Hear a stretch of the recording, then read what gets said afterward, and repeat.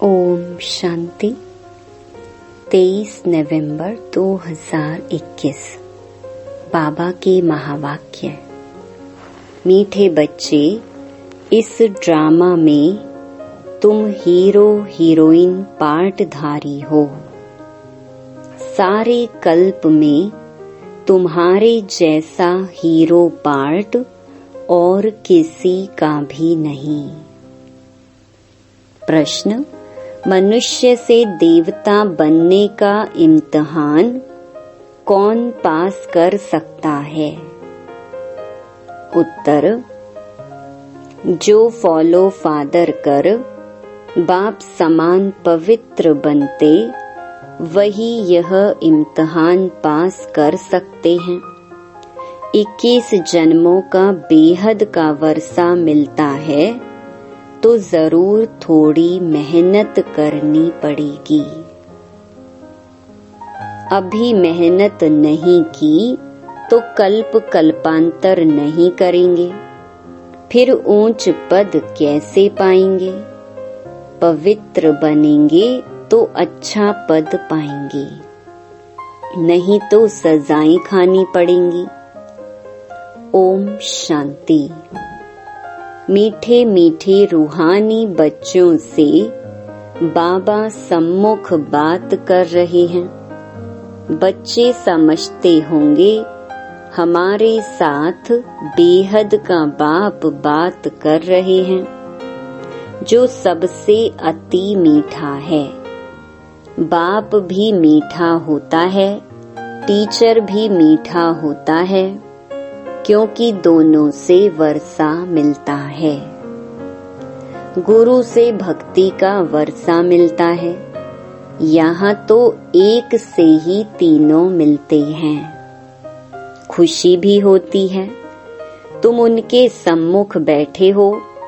तुम जानते हो बेहद का बाप जिसको पतित पावन कहा जाता है, वही मनुष्य सृष्टि का बीज रूप है।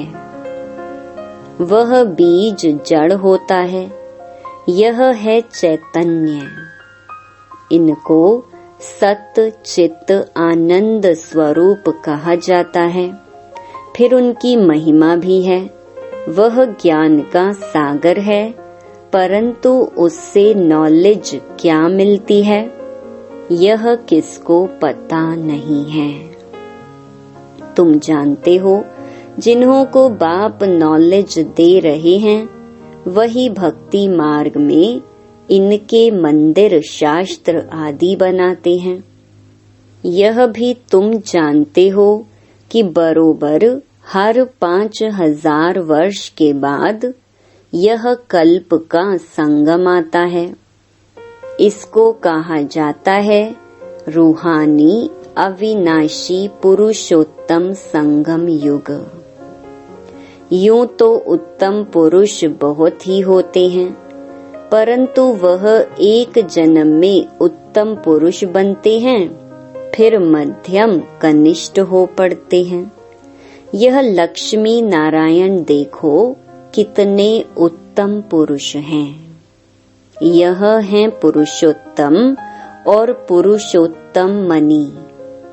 ऐसा उत्तम दोनों को किसने बनाया? गाया जाता है ऊंच ते ऊंच भगवान है। वह ऊपर में रहते हैं। मनुष्य सृष्टि में ऊंचे ते ऊंच यह विश्व महाराजा महारानी है।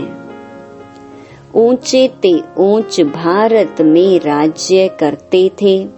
अब यह राज्य उन्होंने कैसे पाया यह किसको पता नहीं।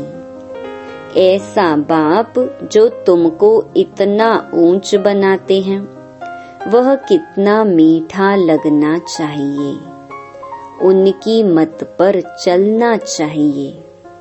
ऐसा ऊंचा विश्व का मालिक बनाने वाला बाप पढ़ाते कैसे साधारण रीति से हैं। यह भी तुम जानते हो कि बेहद का बाप भारत में आता है।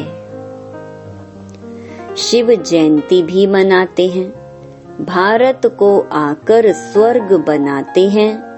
अब स्मृति आई है कि हम स्वर्गवासी 84 जन्म भोग नरकवासी बने हैं। फिर बाबा आया हुआ है स्वर्गवासी बनाने। अब बाप कहते हैं मुझे याद करो तो तुम्हारी आत्मा तमो प्रधान से सतो प्रधान बनेगी। सतो प्रधान बनने बिगर वापस कोई जा नहीं सकते, नहीं तो सजा खानी पड़ेगी। सजा भी आत्मा को मिलती है ना। गर्भ जेल में शरीर धारण कराए फिर सजा देते हैं। बच्चों को बहुत दुख भोगना पड़ता है, त्राही त्राही करते हैं, कहते हैं फिर पाप नहीं करूँगा। तुम बच्चों को तो गर्भ जेल में जाना नहीं है, वहाँ गर्भ महल है, क्योंकि पाप होता नहीं। यहाँ रावण राज्य में पाप होता है, तब तो राम राज्य मांगते हैं, परंतु यह जानते नहीं रावण राज्य क्या चीज है। जलाते हैं तो खत्म होना चाहिए, फिर जलाते हैं गोया मरा नहीं है। फिर यह सब करने से फायदा क्या। वो लोग जाकर लंका लूट कर आते हैं। एक झाड़ को बीमारी होती है, उसको सोना समझ ले जाते हैं। वास्तव में तुम इस समय रावण पर जीत पाते और गोल्डन एज के मालिक बनते हो। अजमेर में वैकुंठ का मॉडल बनाया है।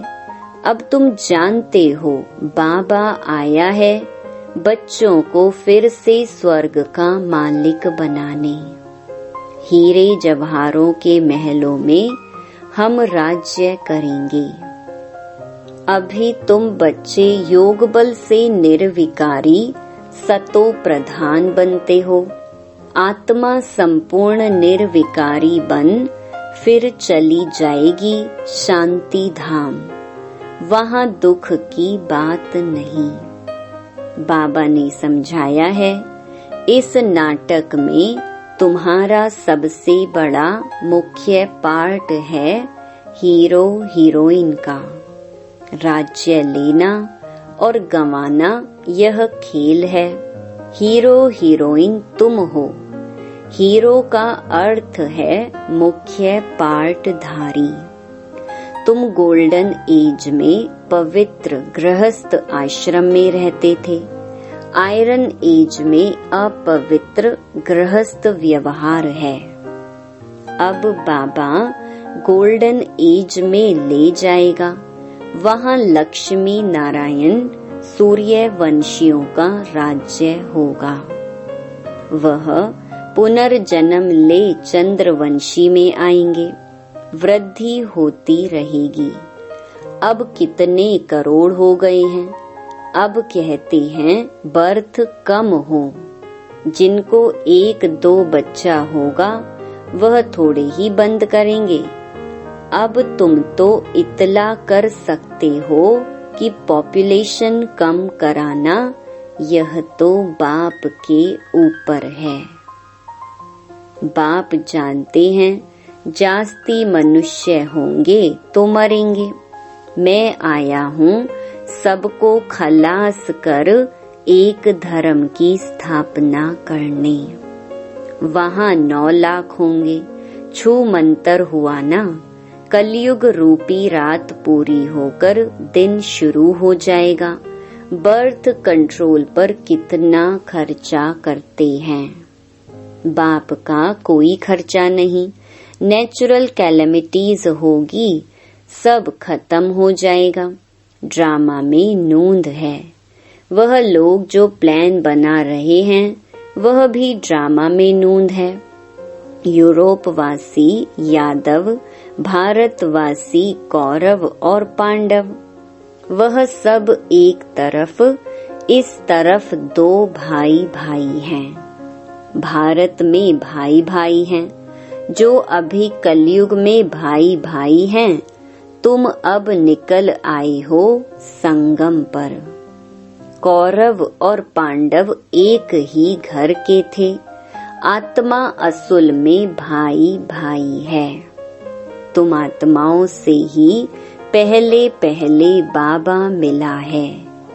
रेस में जो पहले पहले जाते हैं वह इनाम लेते हैं। तुम्हारी है याद की दौड़, यह कोई शास्त्र में नहीं है। बाप कहते हैं मेरे साथ योग रखो। यह योग की यात्रा इस समय ही होती है। यह यात्रा और कोई सिखला न सके। सतयुग में न रूहानी योग न जिस्मानी योग होता, वहाँ दरकार ही नहीं। यह इस समय तुम्हारी बुद्धि में बैठता है। ड्रामा में एक एक सेकंड का एक्ट समझाया है। इसको स्वदर्शन चक्र कहा जाता है। वास्तव में स्वदर्शन चक्रधारी अभी तुम बनते हो। 84 जन्मों का अथवा सृष्टि चक्र का नॉलेज तुमको है। स्व माना आत्मा। आत्मा को यह ज्ञान है तो अभी तुम बच्चे स्वदर्शन चक्रधारी बने हो। हम तुमको कहेंगे रूहानी बच्चों।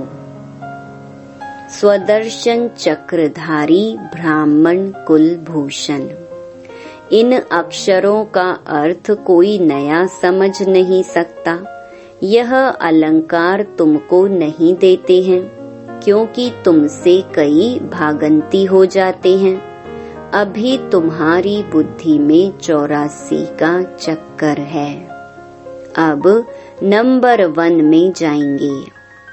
पहले घर जाकर फिर देवता बनेंगे, फिर क्षत्रिय वैश्य शूद्र बनेंगे। कितनी समझ की बात है।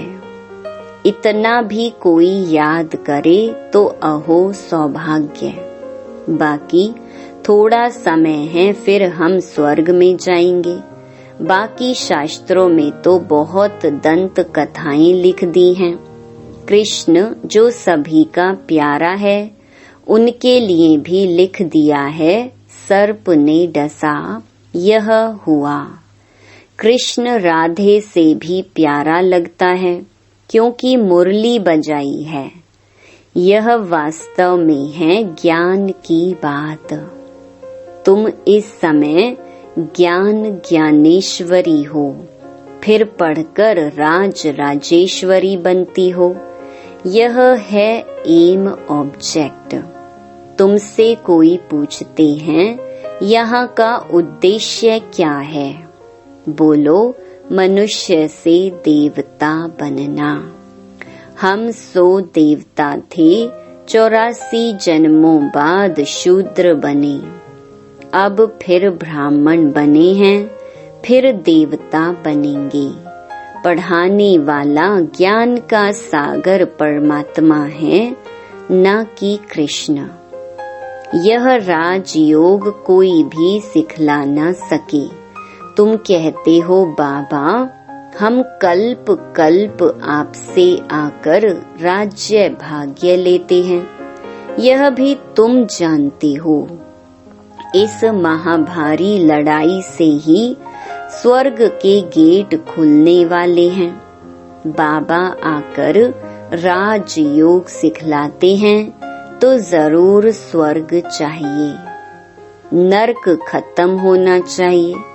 यह महाभारी लड़ाई शास्त्रों में है। खांसी आई, यह किसको होती है? शिव बाबा को या ब्रह्मा बाबा को? ब्रह्मा को। यह कर्म भोग है, अंत तक होता रहेगा। जब तक संपूर्ण बन जाएं, फिर यह शरीर भी नहीं रहेगा। तब तक कुछ न कुछ होता रहेगा। इसको कर्म भोग कहा जाता है। सतयुग में कर्म भोग होता नहीं, कोई बीमारी आदि होती नहीं। हम एवर वेल्दी बनते हैं, सदैव हर्षित रहते हैं, क्योंकि बेहद के बाप से वर्षा मिलता है। फिर आधा कल्प के बाद दुख शुरू होता है, सो भी जब भक्ति व्यभिचारी हो जाती है तब दुख जास्ती होता है। तब त्राही त्राही करते हैं और फिर विनाश होता है। अब तुम सम्मुख सुनते हो तो कितना मजा आता है। जानते हो यह हमारा सच्चा बाप, सच्चा टीचर, सच्चा सतगुरु है। यह महिमा एक ही निराकार बाप की है। वह है ऊंचे ते ऊंचा भगवान। उस बाप को याद करो तो ऊंच पद पाएंगे।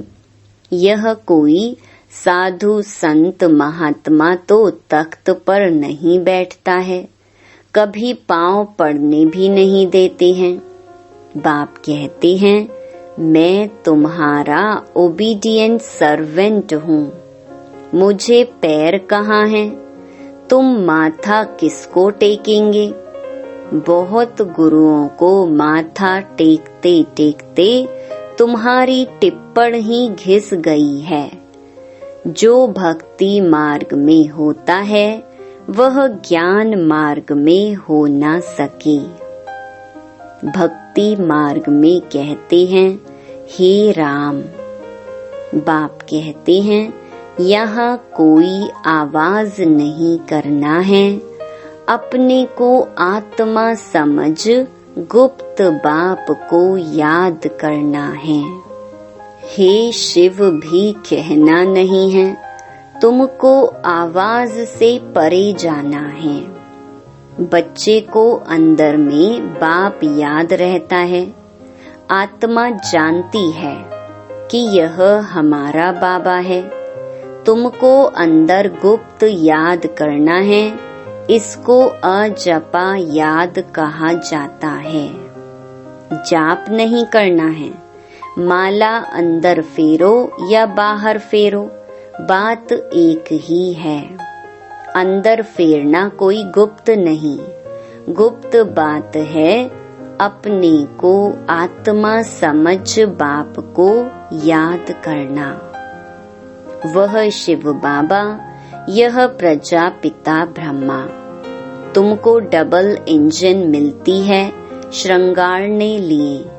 इनकी आत्मा भी श्रृंगार रही है।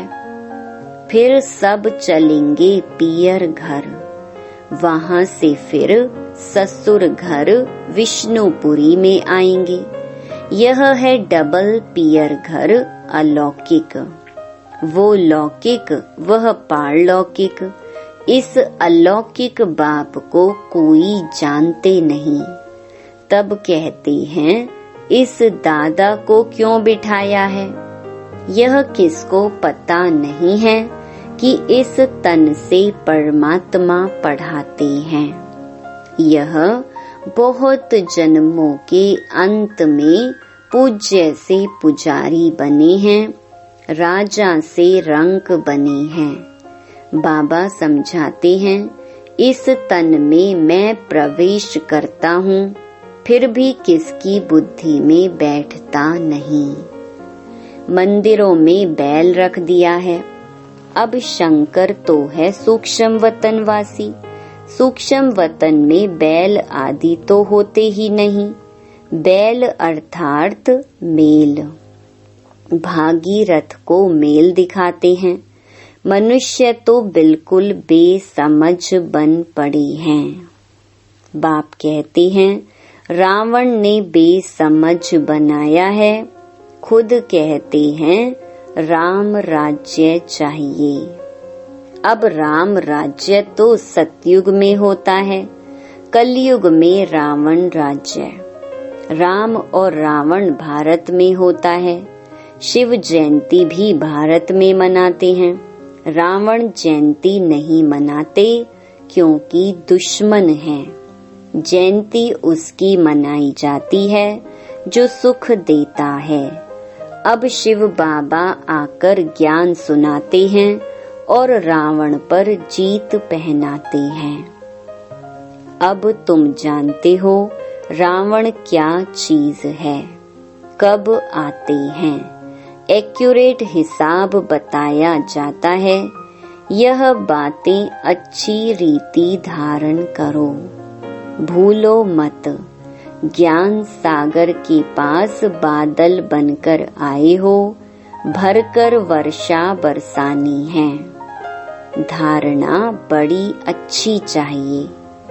यहाँ तुम सम्मुख बैठे हो, भासना आती है हम बेहद बाप के सम्मुख घर में बैठे हैं। ब्राह्मण कुलभूषण भी हैं, मम्मा बाबा भी हैं।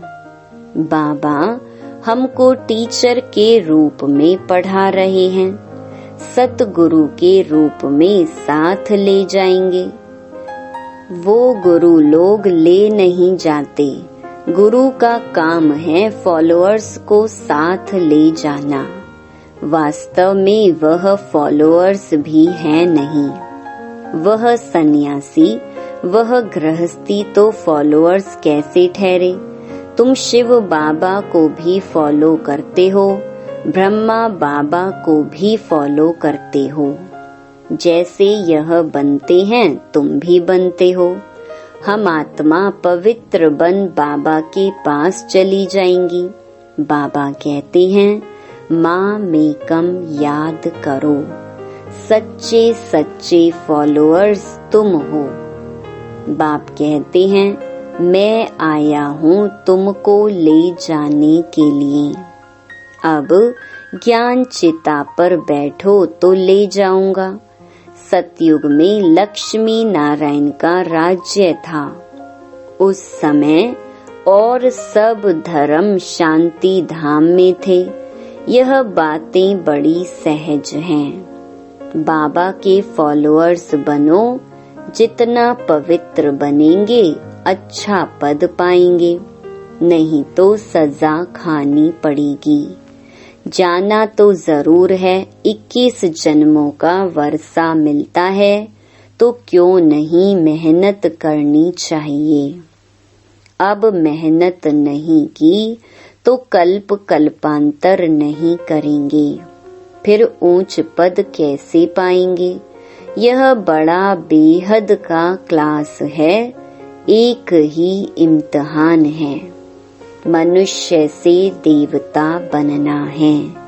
अच्छा, मीठे मीठे सिकीलधे बच्चों प्रति माता पिता बाप दादा का याद प्यार और गुड मॉर्निंग। रूहानी बाप की रूहानी बच्चों को नमस्ते। धारणा के लिए मुख्य सार। पहला, एक बाप का सच्चा सच्चा फॉलोअर बन पूरा पूरा पवित्र बनना है।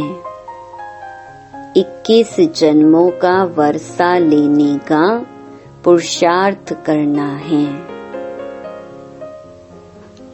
दूसरा, मुख से हे शिव बाबा भी नहीं कहना है, आवाज से परे जाना है।